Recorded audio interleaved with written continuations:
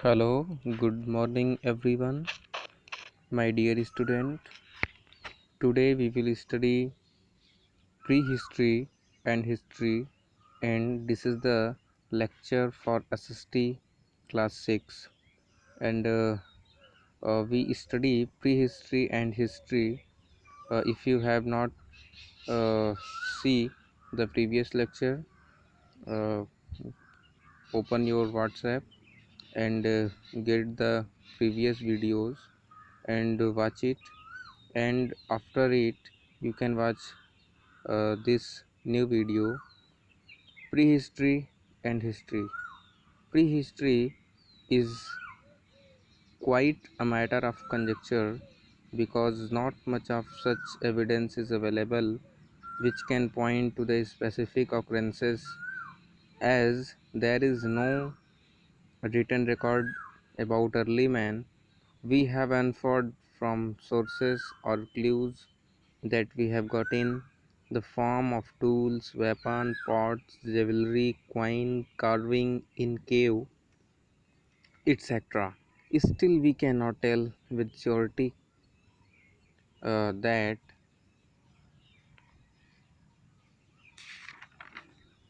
these events occurred the way we tell them. There may be a difference between reality and our understanding. History, on the other hand, is based on different types of evidence like written record, inscription on building and rocks, dated coins, etc. Therefore, we can say with greater amount of surety that the events in the course of history occurred the way we understand them. So, understand the meaning.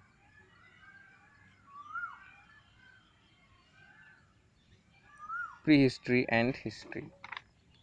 So my dear student, यहाँ पर बताया गया है कि pre history एक ऐसा एक matter है, ये मैटर ऑफ कंजेक्चर है।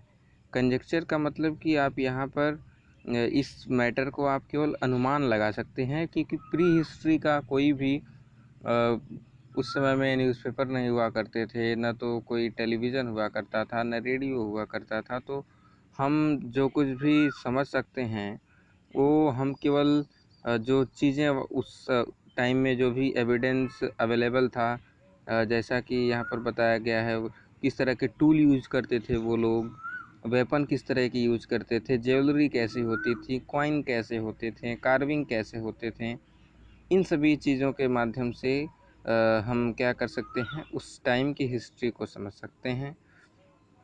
इसलिए इसे मैटर ऑफ कंजेक्चर कहा जाता है। मतलब कि ये एक अनुमान का मामला है, क्योंकि not much of such evidence is available, क्योंकि उस टाइम का हमारे पास बहुत सारा एविडेंस यानी प्रमाण उपलब्ध है नहीं, जिससे कि हम पॉइंट कर सकते हैं किसी भी इस स्पेसिफिक घटनाओं को, ऑकरेंसेस को हम बता नहीं सकते हैं। और न तो हमारे पास कोई रिटन रिकॉर्ड है अर्ली मैन के विषय में, प्राचीन मानवों के विषय में, और बस हमने क्या कर लिया है, उसे अनुमानित कर लिया है। जो भी हमारे पास सोर्स हैं, जो भी हमारे पास क्ल्यूज़ हैं, उसी के माध्यम से हमने उसे अनुमान के तौर पर जान लिया है। और that we have got in form of tools. Yes, तो हम जो भी टूल्स पाए हैं, जो भी वेपन पाए हैं, पॉट्स पाए हैं, ज्वेलरी पाए हैं, इन चीज़ों के माध्यम से हमने क्या किया है, उस टाइम की हिस्ट्री को हमने अज्यूम किया है, उसे हमने इन्फर्ड कर लिया है ना। और नेक्स्ट पेज पर हम चलते हैं।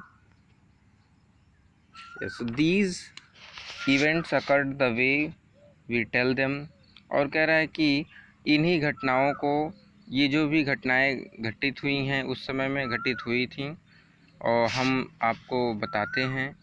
और हो सकता है कि यहाँ पर एक रियलिटी में और हमारे समझने में एक डिफरेंस उत्पन्न हो जाए। History on the other hand is based on different types of evidence.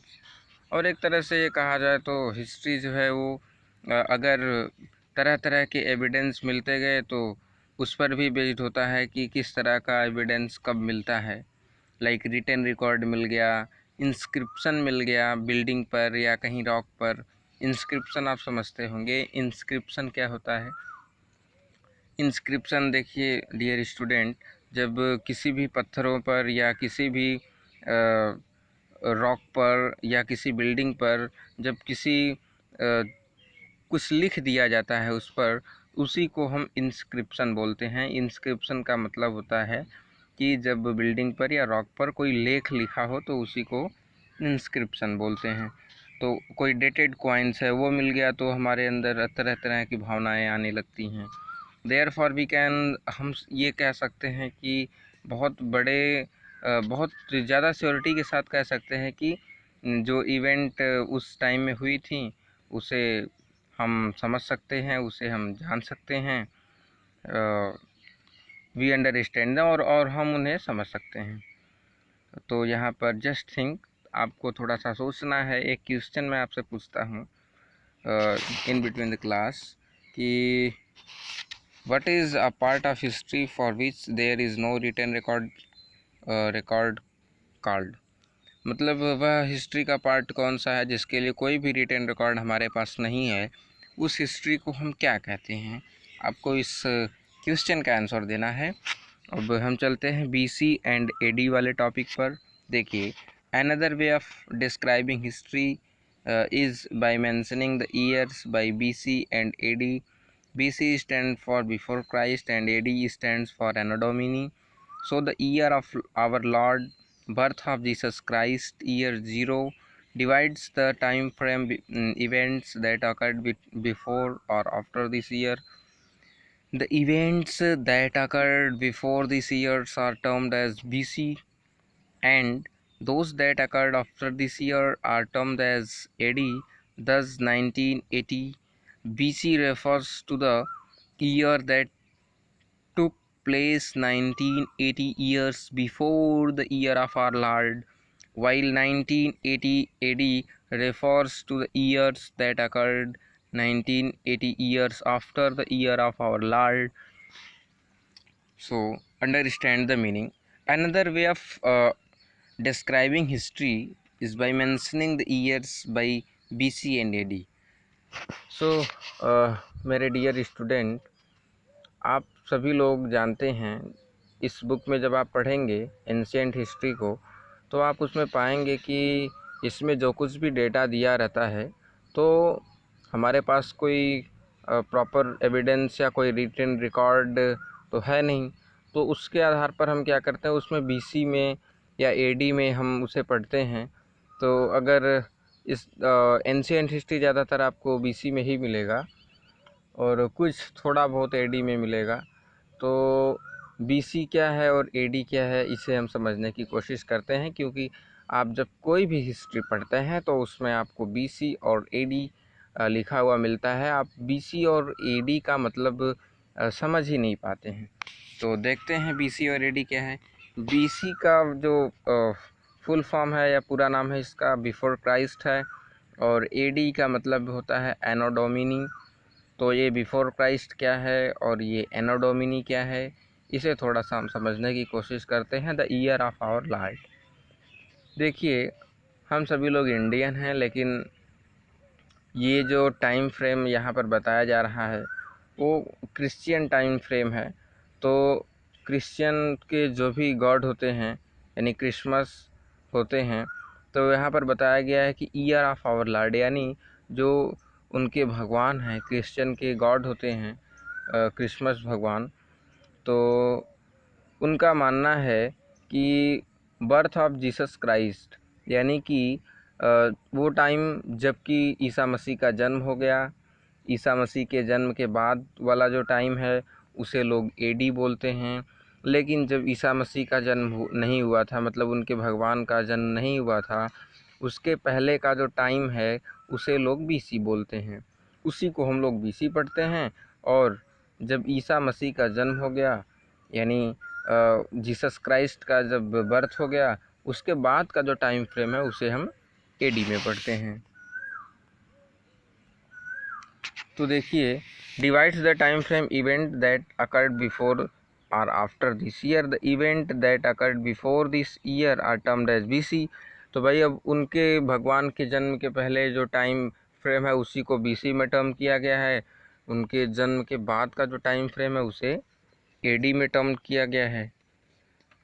अब देखिए जैसे 1980 BC अगर दिया है तो आप समझिए कि उनके भगवान के यानी जो क्रिसमस भगवान थे उनके जन्म से 1980 ईयर पहले की बात है, बिफोर की बात है।